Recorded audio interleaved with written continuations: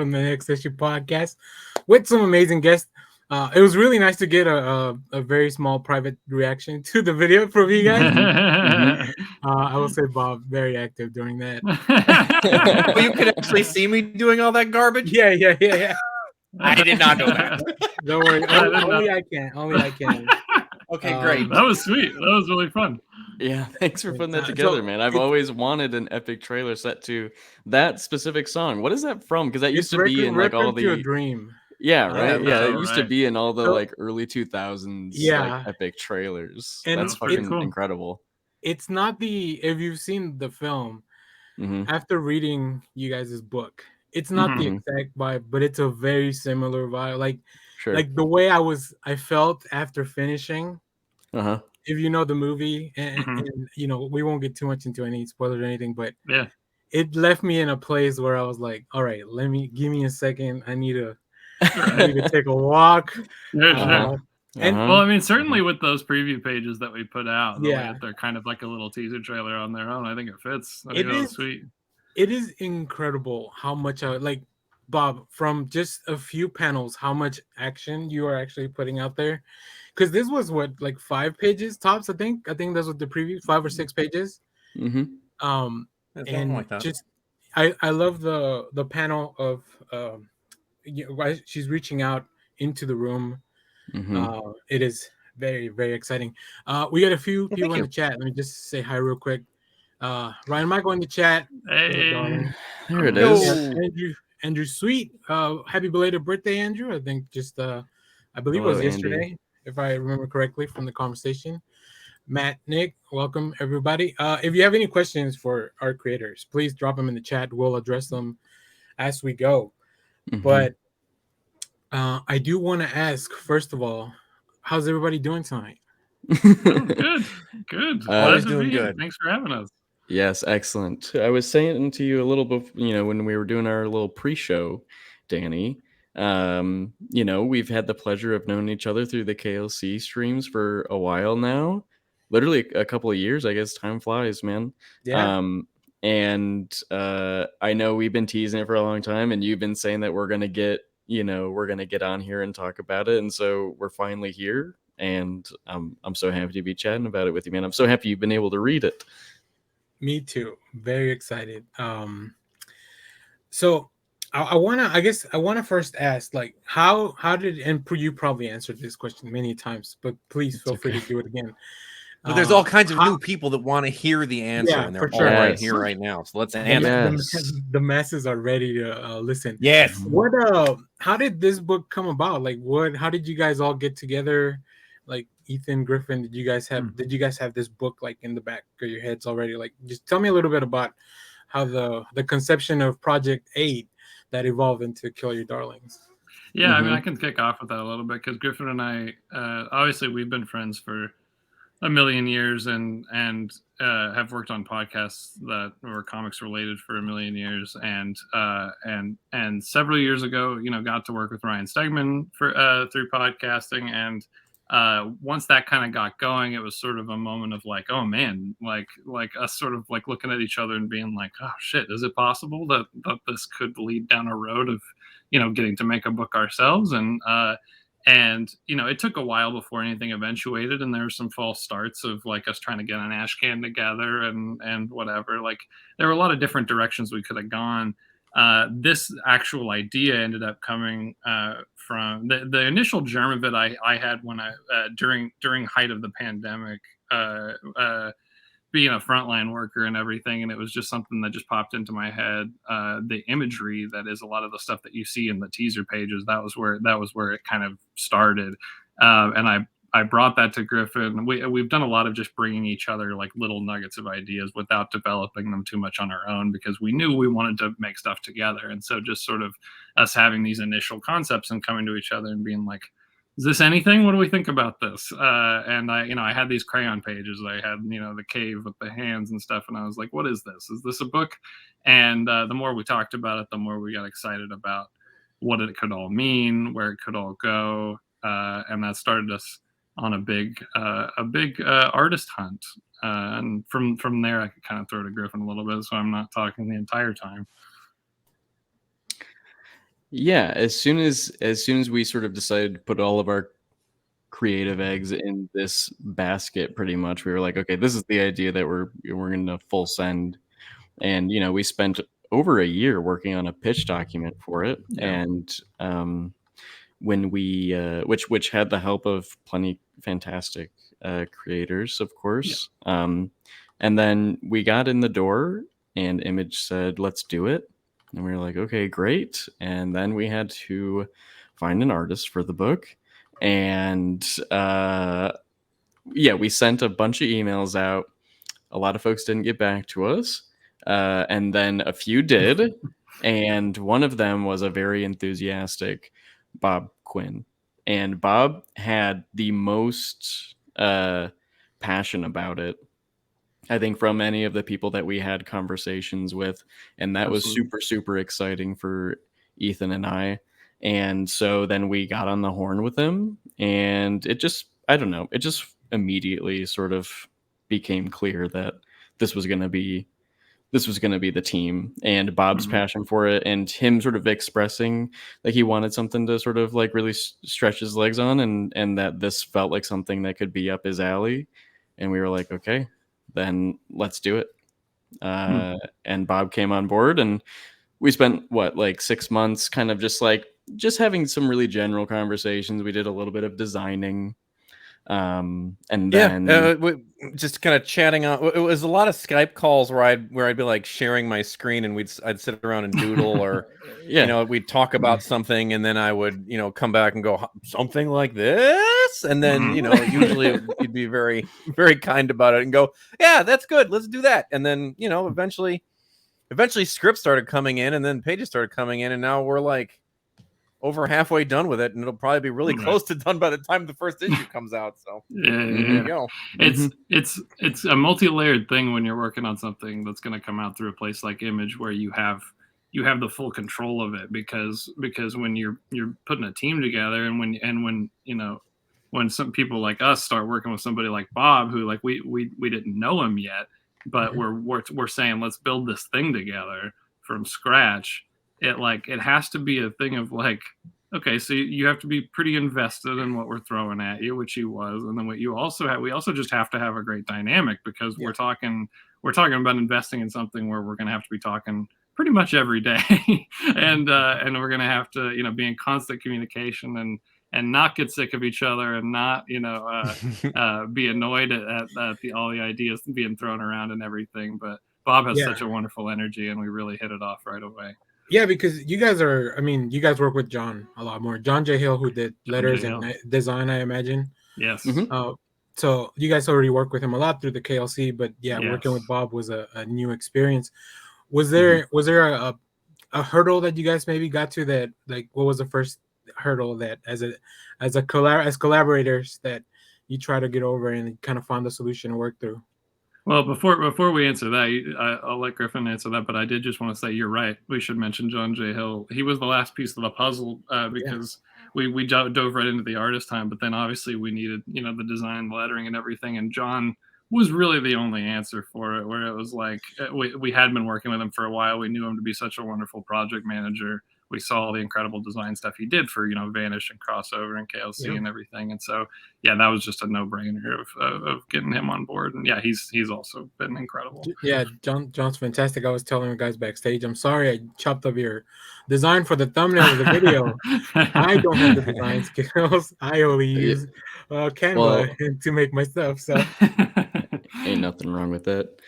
He when we came to, like, specifically, just real quick, giving just a little bit more praise to him, because it is just so good. Yes. We love the covers so much, and the cover for issue 1 is so good. And so when we were all sitting down and talking about what's something that we like in a cover, what sort of thing do we want to see from it, and not just the cover, but the logo and everything as well.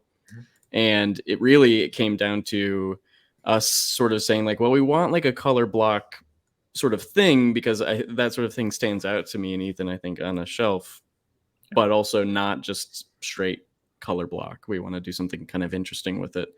And it was pretty much down to John and Bob, who John was like, what if we did a full wraparound for every issue, and basically when Bob's doing the covers, what if he did a landscape piece that can turn into a wraparound cover every time, and he structured this incredible logo in the trade dress just so perfectly over here as the way that it like sort of staggers and falls across the entire cover. It's just so big and catches your eye so immediately. It's genius, because it's so bold. Like I haven't seen anything quite like it. One thing that immediately jumped out at me was just the quote, like, "Here, good soldiers have fallen at a desperate hour." It is. It tells you so much, but then it doesn't tell you anything about the book either. Like, it's kind of like it's a great tease. Like, just like you want to open this thing to figure out what something bad is happening. True. You better read it to find out what's up. You're probably missing something important. And there's going to be a quote on the back cover of each one, and I do really like that they don't tell you much, they give you something, and they tend to mean more than one thing as well, which is something that really excites me. Well, we quickly realized that we could use everything on the back cover.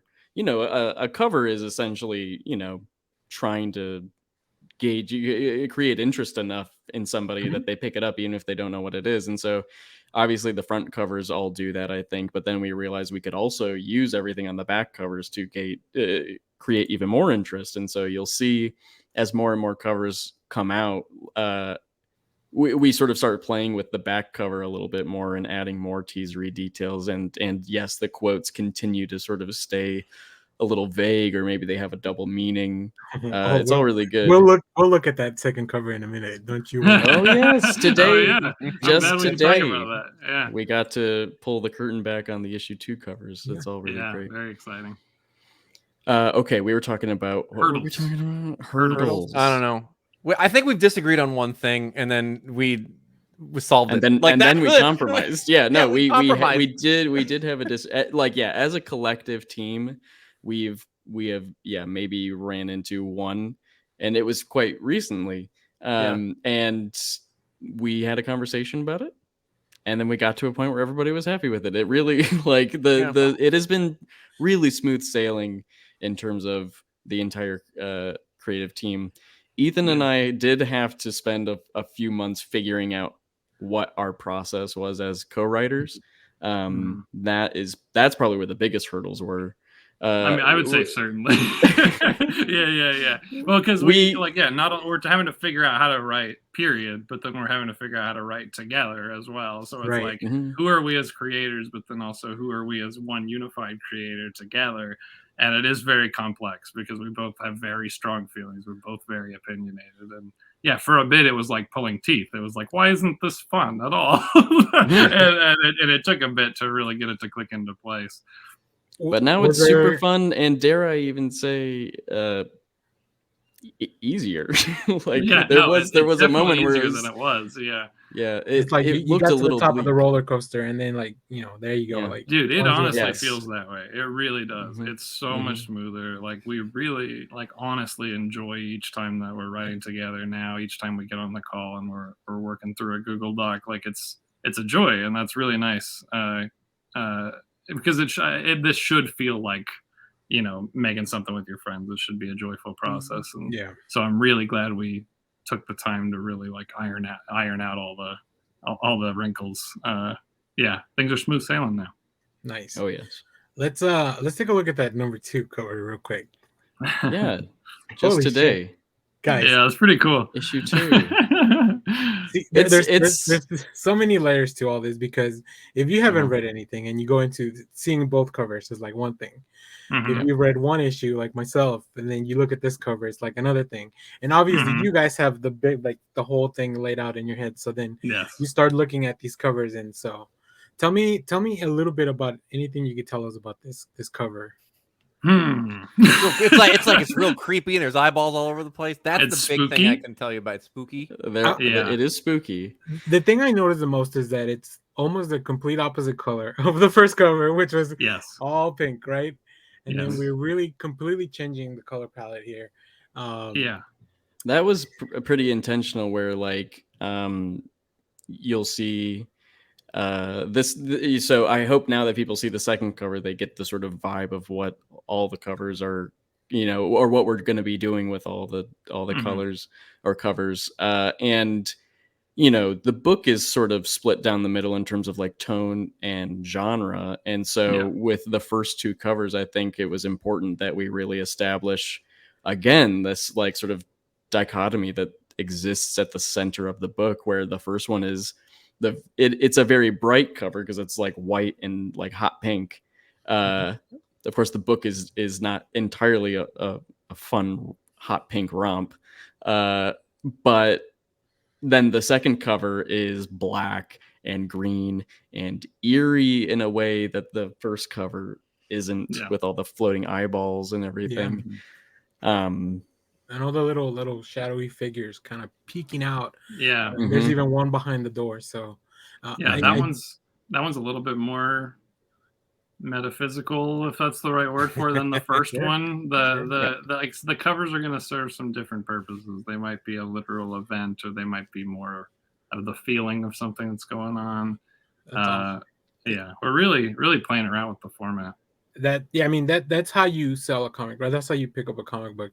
You go into a shop and there's like 50 books on the wall for new comics, and like you have to make yours stand out. So I think you guys are doing a fantastic job there. Oh, thank you. I want to segue into a question that Aiden, who's also been on the channel, shout out Aiden.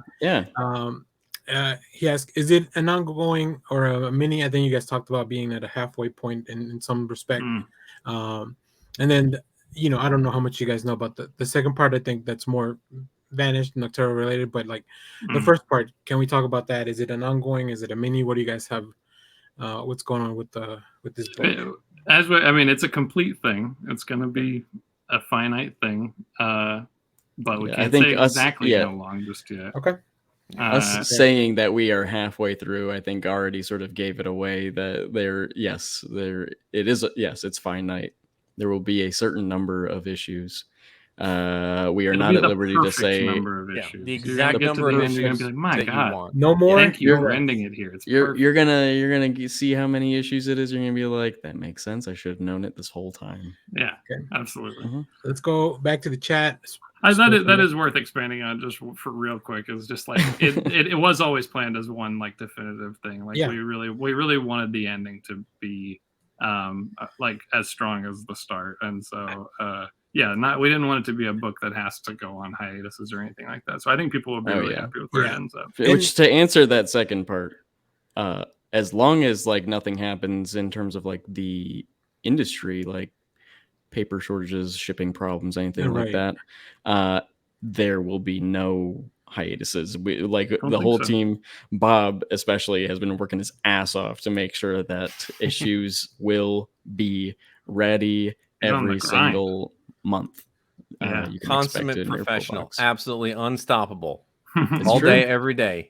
Aiden's taking a guess on the chat. We'll see. We'll come back to it.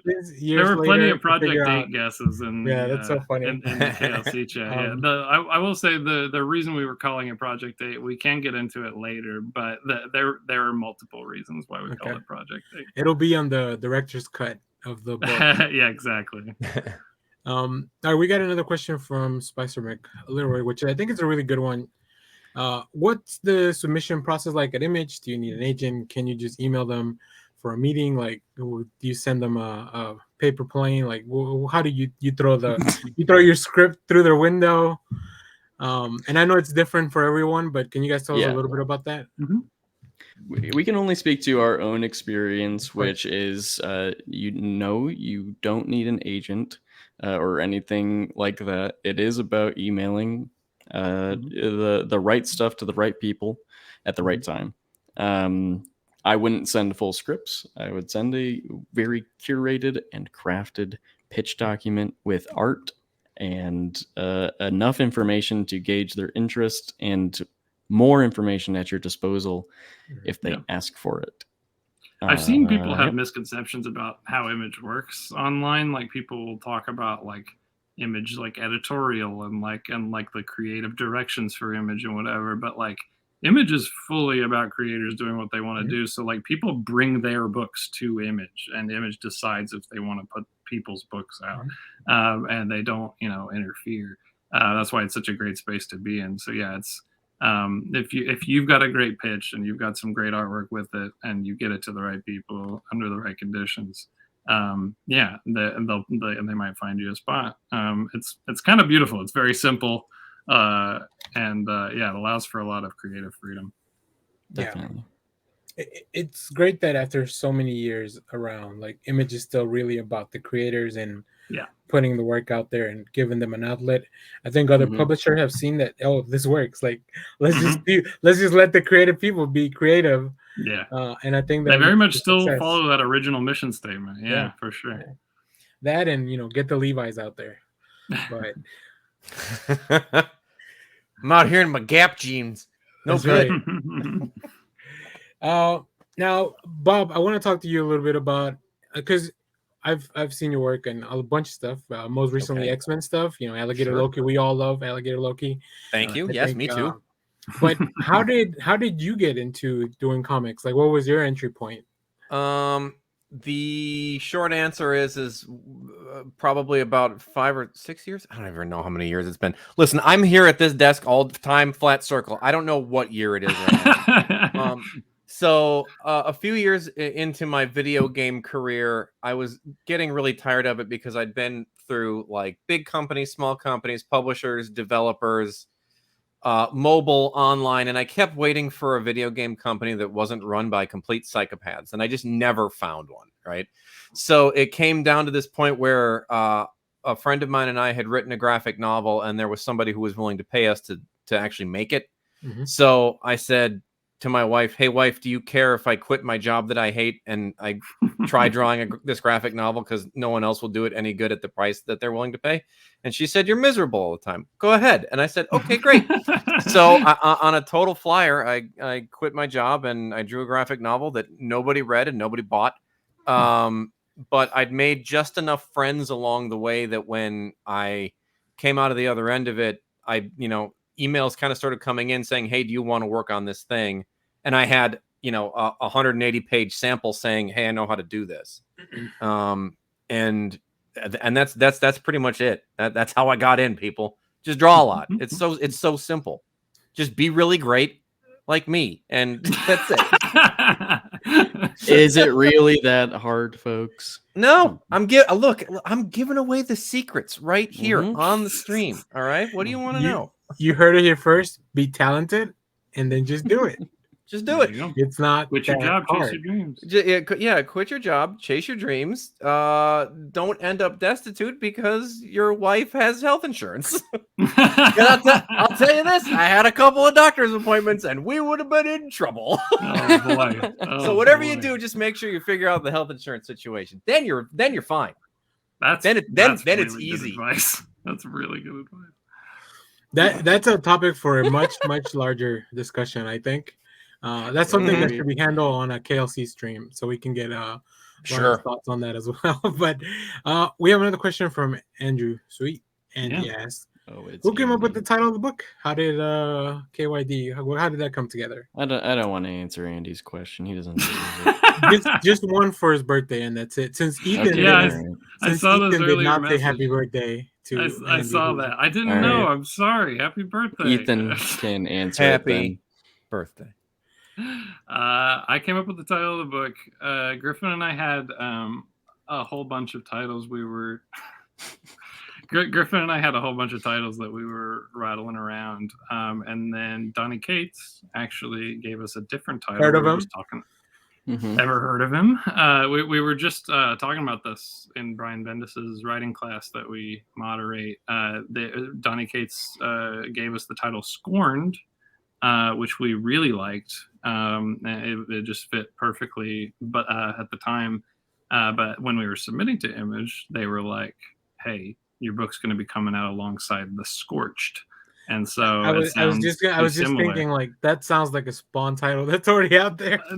Yeah, and so as great as it was, as nice of a fit as it was, we were like, "Shit, back to the drawing board," and it took a while. I mean, the simplest things are sometimes the most nerve-wracking. Like the title is like, sometimes the title will just come to you. Like we have another thing that we're working on that the title was like one of the first things that came to us, and it was like easy peasy. But when you're having to when you have to throw out a title and you have to go back to the drawing board and like come up with something that really embodies the whole thing, it's like, oh fuck, like it's really, really nerve-wracking.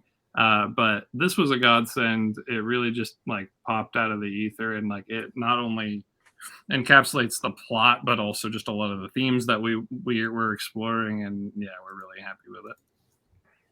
Yeah, when Ethan called me up and was like, I think I've got the title, he said it, and I was like, okay, it's perfect. There's no way that like it hasn't been used.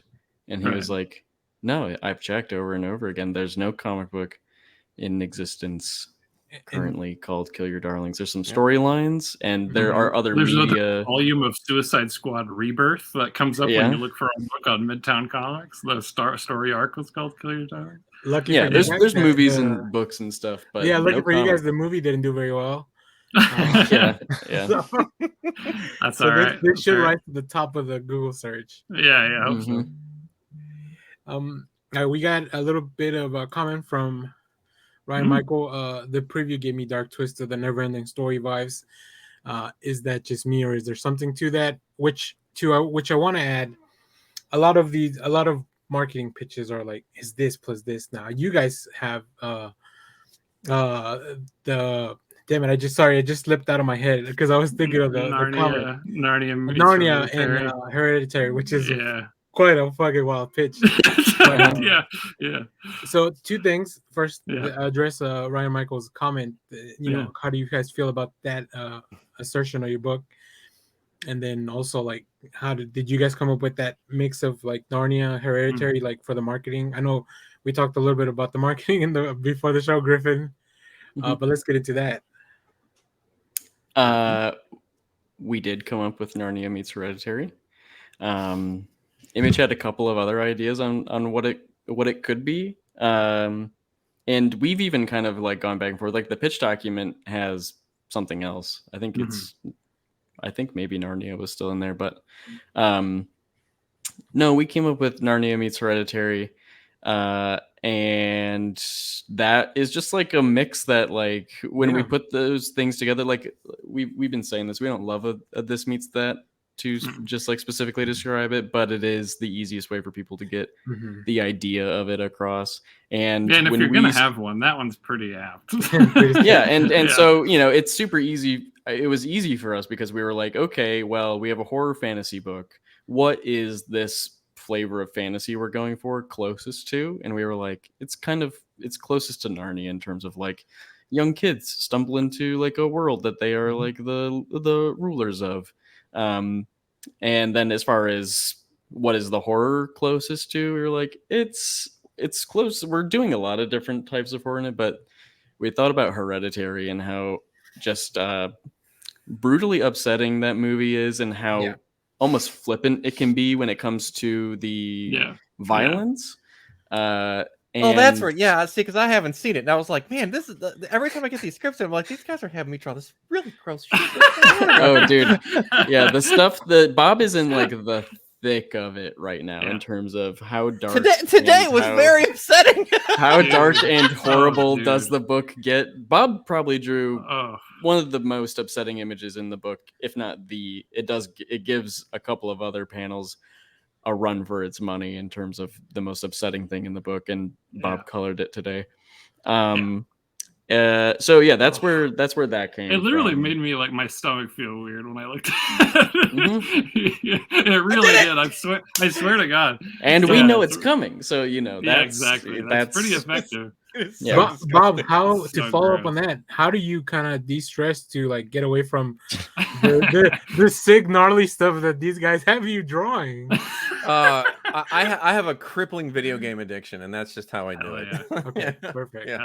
That's video fair. games are both the problem and the solution to most life. to most problems, yes. But the Dark Twist on Neverending Story thing and the Narnia meets Hereditary. It's like those are emblematic of what we're doing, which is going as far as we can in one direction and as far as we can in the other, where it's like it's as fun and silly as possible, but in the next moment it's as frightening and upsetting as possible, because it's just peanut butter and jelly, man. Each one makes the other more appealing. But it's like peanut butter and a turd, though. Like that's exactly. Delicious. It's peanut butter and like poison, jelly made of poison berries. You can put it on a sandwich, but you probably shouldn't eat it. So that is in no way us saying don't buy the book. Please read the book. Please buy the book. My advice to you. Go ahead, Griffin. Go ahead, Danny. I was just gonna say I haven't seen Neverending Story, Ryan Michael, so I cannot comment on that. Sorry, people. But I see some. You're gonna hear about that on the Discord for sure. Probably. I've seen bits of it, but I also see some people down here saying that they haven't seen Hereditary. Yes, I would highly recommend Hereditary. Absolutely. 2018, I think. Ari Aster, A24. He also did Midsummer, which you might have heard of. He also did Beau is Afraid, which came out just a couple months ago, starring Joaquin Phoenix. You might have heard of that one too. I also would recommend Neverending Story, but I haven't seen it since I was very small, so it could suck. I have no idea. I will say, born in 1980 here. I don't know anybody my age that isn't traumatized by that movie. So. Yeah, totally. Isn't there like a bit, spoilers maybe for the Neverending Story, a movie I haven't seen? Isn't there like a bit where like the horse thing gets trapped? Thing with the horse. The horse slowly dies in a mud pit. Yes, it's. Oh no! It's awesome. All right. So maybe our book is just the Never-Ending Story. Maybe. Twist. Now that you say that. Yeah. So Bob, I have another art question, because I think I was going to recommend to Ryan Michael maybe do a review, write that in your review, and maybe they can use that as a pull quote for the trade. That's how you get those out there. But I wanted to bring up another piece of art, because I'm so interested into how the crayon illustrations come about. How they come about, huh? Like how, because obviously you have to channel your inner child, I would say, to kind of get those done. Like, because this isn't the only one. I'll say that after reading the first issue. But how did these come about? I am an idiot baby and just I never let go of my childhood or whatever. I don't know. Like I'll tell you, there's a certain amount of joy that comes with doing those panels, because it's like when you're sitting here like laboring over a pose and like really struggling with like how are you going to frame this thing, when they go crayon drawing, you just go awesome, and you can just kind of just kick it out, and it's not like super stressful, right? So yeah, you just kind of, you go back to that part of yourself that was like 3 years old once and like wanted to draw a picture or whatever. You're just kind of like, how would I have done it when I was a tiny baby? So that's it. To give you a bit more credit than that, that is a big part of that first issue is these crayon drawings that have some spookiness to them, and that was something that before we had fully, gotten into the collaboration, it was still early on. We were a bit on pins and needles of like, are these crayon drawings going to hit the way that we want them to? Are they going to be kind of frightening in the right way? Because they have to look like a kid could do them, but they also have to look like a little fucked, a little bit off. And no, Bob just nailed it. Like he like they look exactly how they looked in our heads, if not better. So even the simplest things, Bob's killing it. I appreciate that. No, what I would say is just as far as like executing those for the book, it became very much about both sort of relaying the imagery as a child would draw it, but then also giving it the context of the world that it's sitting in. And I think, like when you actually, we're not just going to draw a kid's drawing, but like, it's a kid's drawing, but it's also in a spooky room and the light's coming in and it's raining outside. When you start thinking about all that other stuff and you start putting that context on top of the crayon drawing, suddenly you go, oh, it's spookier. Because like in a lot of cases, if you just look at the original crayon drawing, it's like a little spooky. And then they get progressively spookier. But, But when you start, when the lighting is kind of moody and like you're implying something sinister, maybe there's a goblin around the corner. I don't know. You know what I'm saying, right? Like the lighting is that. Yeah, don't spoil them about the goblin around the corner, Bob. What are you doing? That was in the preview pages. I can't. That was almost the other title of the book, Goblin Around the Corner. Goblin Around the Corner. Yeah, dude. Pretty good. That's the spin-off series. Yeah, we workshopped that was why Donnie Cates had to give us a different title. He was like, you can't just say there's a goblin around the corner. You can't just say things in places, guys. You have to. But that's the whole, like, that's why you keep coming back, because each issue there isn't a goblin around the corner. So you're like, okay, maybe the next one is when the goblin will come around. The corner is the next issue. Where's that? Exactly. Right? Yes. All right.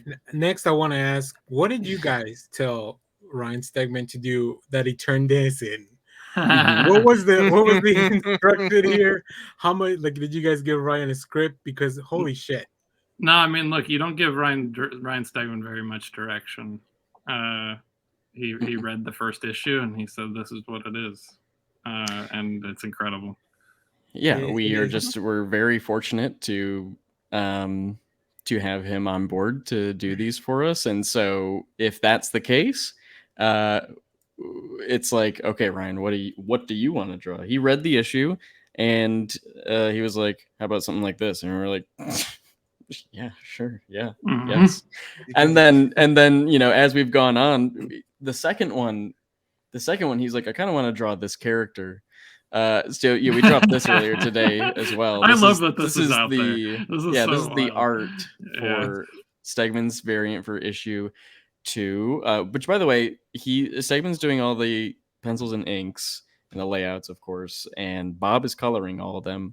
And so for me, I love that so much because that's also why we have Bob doing the main covers, is because, well, one, because we love Bob's art, but also we're like, well, we want the covers to be indicative of what's inside. Ethan and I aren't huge fans when you have a completely different artist doing the covers for a book. And so I love that Bob's coloring Ryan stuff, because it then still keeps it, even though Bob and Ryan have very different styles, it keeps it in the same world and tone and feeling.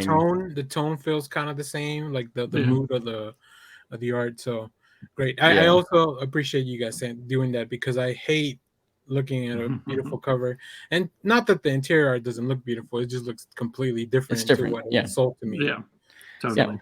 And as we're talking about with Bob's coloring, like the lighting is everything, like especially on that issue 1 variant, it's like that the pencils were super spooky, but then once Bob gets in there with the lighting, it's like, holy fuck, that's intense. It's good shit. No, it's been really interesting for me though too, because I've never colored anybody but me.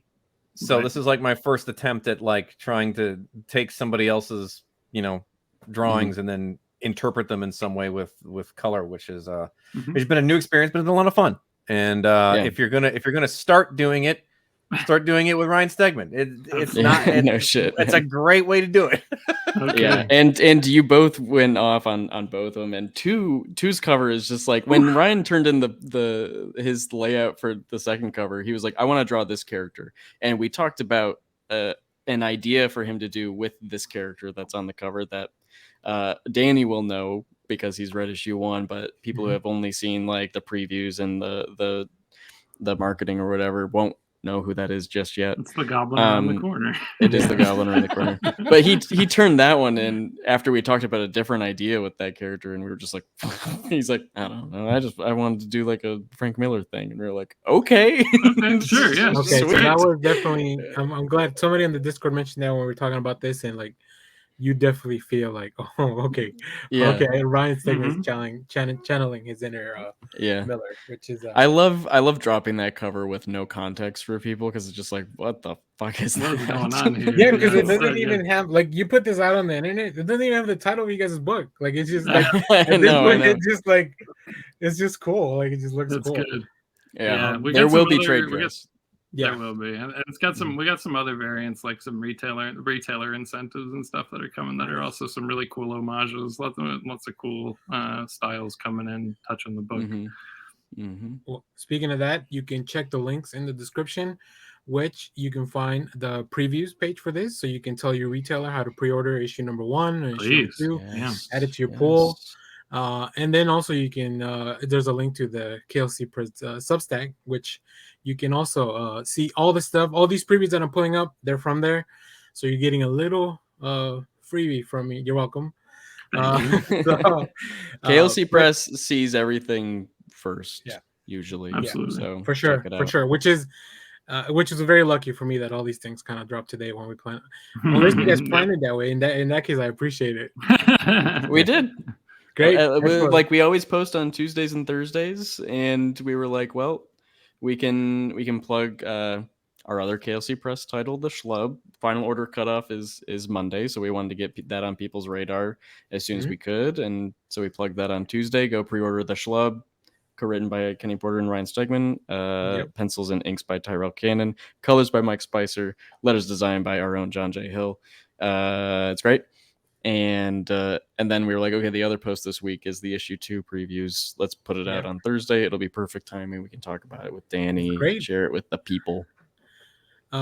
Now, Bob, back to you, because we do have Aiden, who's an aspiring comic artist. All right. He was at Heroes Con, and he got some portfolio reviews and got some feedback from a lot of artists, including Daniel Warren Johnson, Trad Moore. So you might have heard of some of these other people, but I heard of those guys.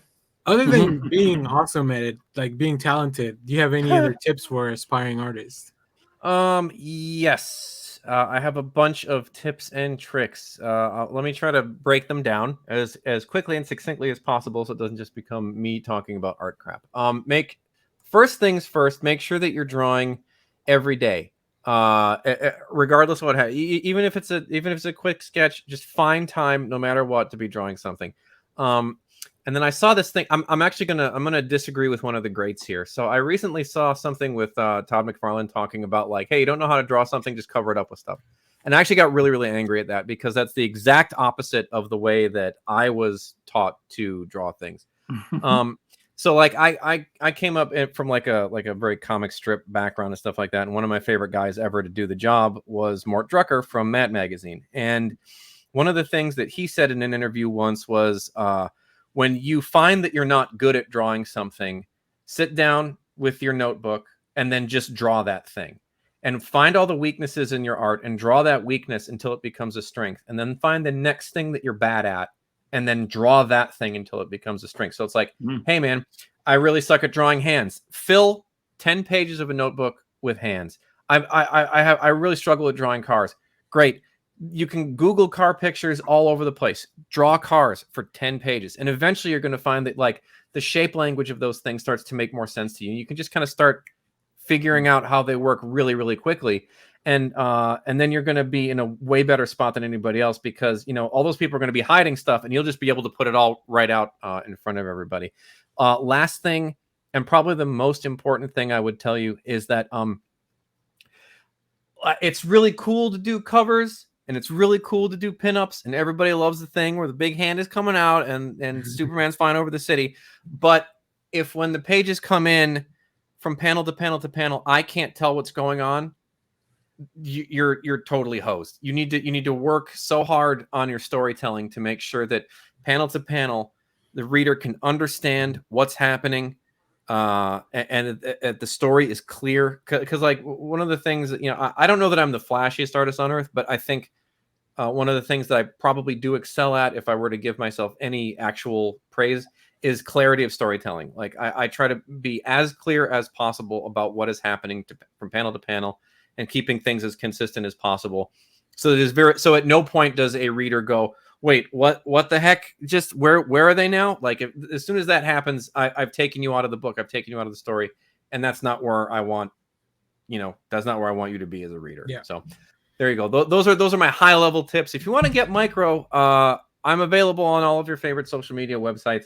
Feel free to ask me any question you have at any point. My DMs are always open, assuming that they still work in whatever. Yeah, any social media that is working currently. Yeah, no, but I'm not kidding about that. Like, if you actually do have a question, I'm happy to answer any questions you have offline. Great. So we're not boring all these poor people who came here to hear about this book.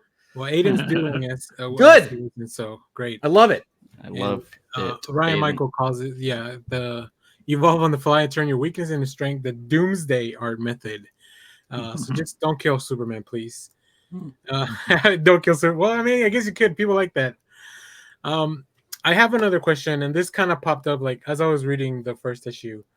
I saw that there's some names and special things, and I just wanted to ask about one of them. Yeah.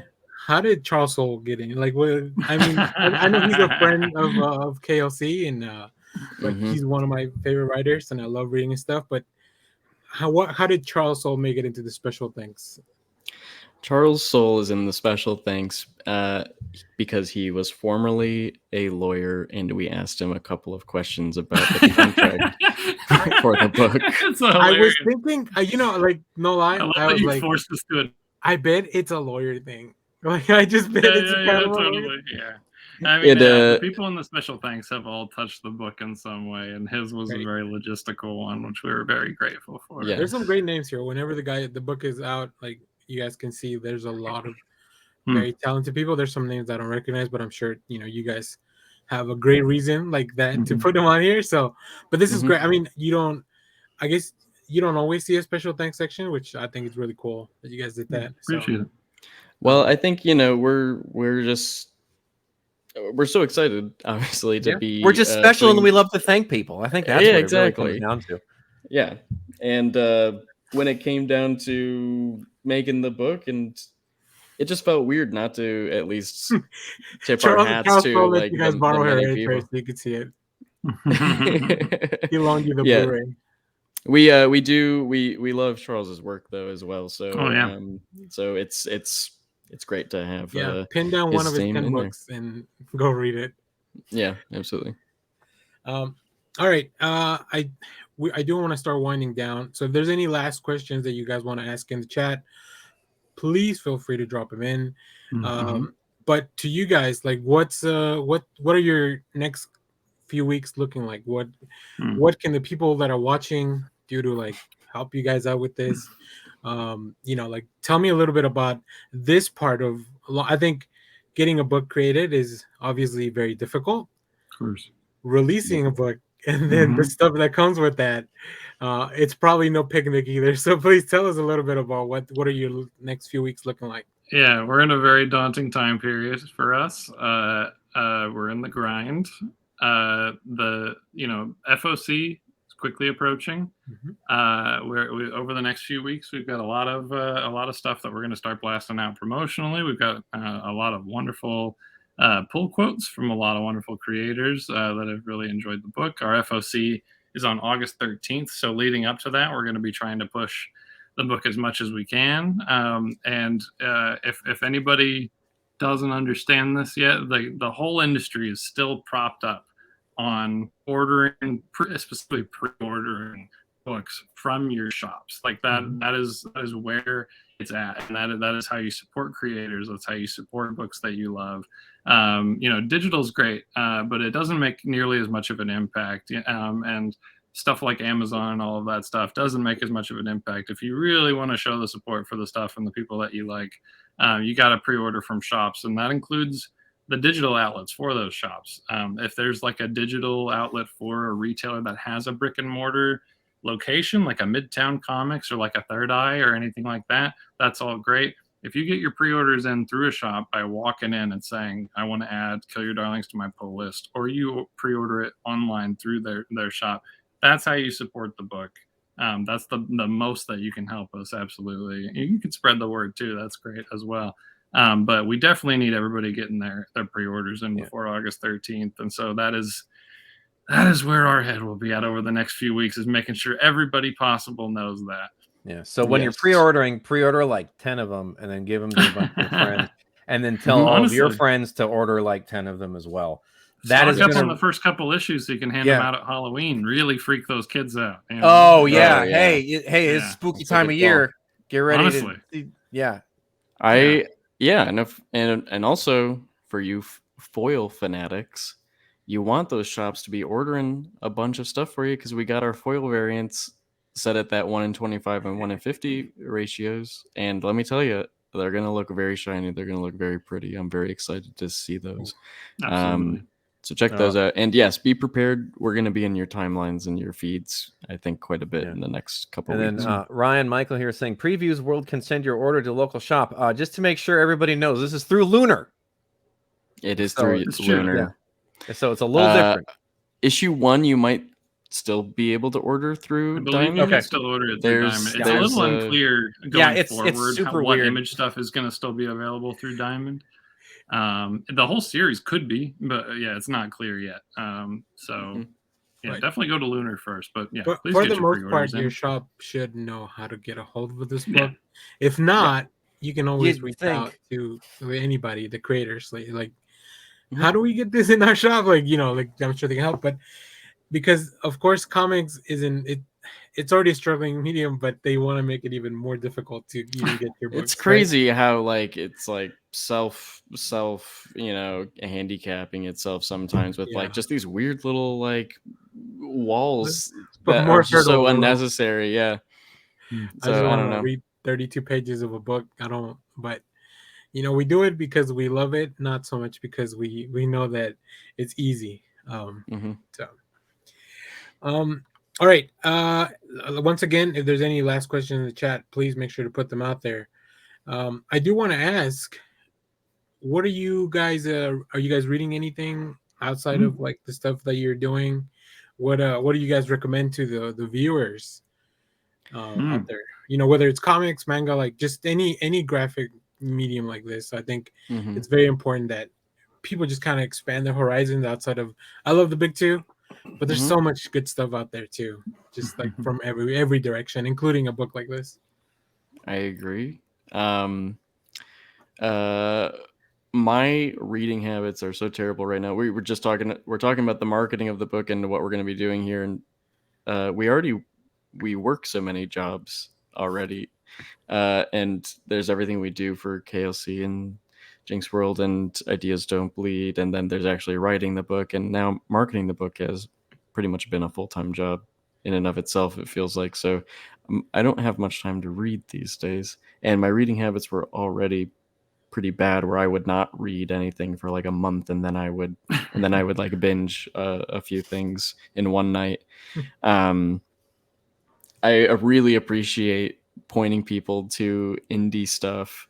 However, we chatted about this answer on a show last night, and I recently read Philip Kennedy Johnson's The Incredible Hulk #1, and I really liked it. So I'm gonna have to say that. But yes, please read independent works as well. I mean, this is probably a basic answer because everybody's aware of it, but I really like Void Rivals so far. I mean, I was so excited for a new Kirkman thing in general, and it being his own sci-fi thing that is new is really exciting to me. And the Transformers incorporation was crazy, and that's really cool. And I'm looking forward to seeing everything that happens there. But I'm more excited about the original stuff that Kirkman's doing in that space. Yeah. I think that's really cool. And as far as stuff coming up, Kelly Thompson, the new book, The Cull, I'm really excited for that. That looks so unique and special. And I think their FOC is coming up as well. I think it's coming up too, yeah, because I just got it in my folder last week, if I'm not mistaken, from Image. So yeah, they usually send that when it's close. Definitely order that as well, because I think that's going to be sweet. I know that Kelly and the whole team has been working hard on that one. If we're talking about just more independent stuff, most recent thing that I read was Autumn Lands. So if you're I'm a big Ben Dewey fan, so if you like him drawing animals casting spells, let me tell you, you couldn't spend your money anywhere better. I mean, okay, incredible. Yeah, that's very cool, very cool, and that does sound like a whole lot of fun for comics too. So can confirm. All right. Once again, first of all, I want to shout out John J. Hill. Oh yeah, he's such a big part of this, and I had some questions, but I feel like there might be spoilers, so I won't. Maybe we'll connect again eventually when more of this book is out. Sure. Let's do a post show for issue 1 for sure. We should do a Talking Dead style of after. That'd be fun. I'm sure you guys are planning on that. Look, if you need a host, I'm available. Yeah. Okay, sweet. Do you know a guy or? and I can I'm very good at running StreamYards as well, so you guys don't even have to worry about that. Yeah, definitely. I know. But all right, Bob, do you have anything to plug? Anything else you're working on? Any other books that people can go check out? I mean, other than all the things that I'm sure Knights of X is out in trade form right now. I think so. I think recently, yeah. I think it's been announced that Alligator Loki is actually going to be getting a trade format, which is really cool. And I've actually seen. So if you guys know anything about those, there's those big like Infinite Scroll vertical comics that they do on Marvel Unlimited, and they've actually sent through the broken down pages that like the Marvel like design bullpen did, and like they turned that mess into like totally coherent comic book pages, and I could not believe that they did it. They actually translate really cool and did some neat stuff. So if you haven't had a chance to read it on Marvel Unlimited, please pick up the trade. That would be amazing. It's a lot of fun. How different is it doing a book on that unlimited infinite format or whatever, like scrolling up? It's a completely different animal. It's really it's a really fascinating exercise in storytelling, because so much of like standard comic book storytelling has to do with like how you're guiding the eye through the page. And usually they're going to tell you to kind of do like the S thing so that your eye will kind of like go through the thing the right way. But like these, they just keep going, and it's about like the pacing is so different. Like just to give an example, like if the first Alligator Loki strip that I did, I drew the whole thing and then actually loaded it onto my phone and tried scrolling through it, and I was like, this experience is terrible. Like it's really awful. And then I ended up going to like Webtoon or whatever and just scrolling through what all the kids that are doing their forever mangas or whatever were doing.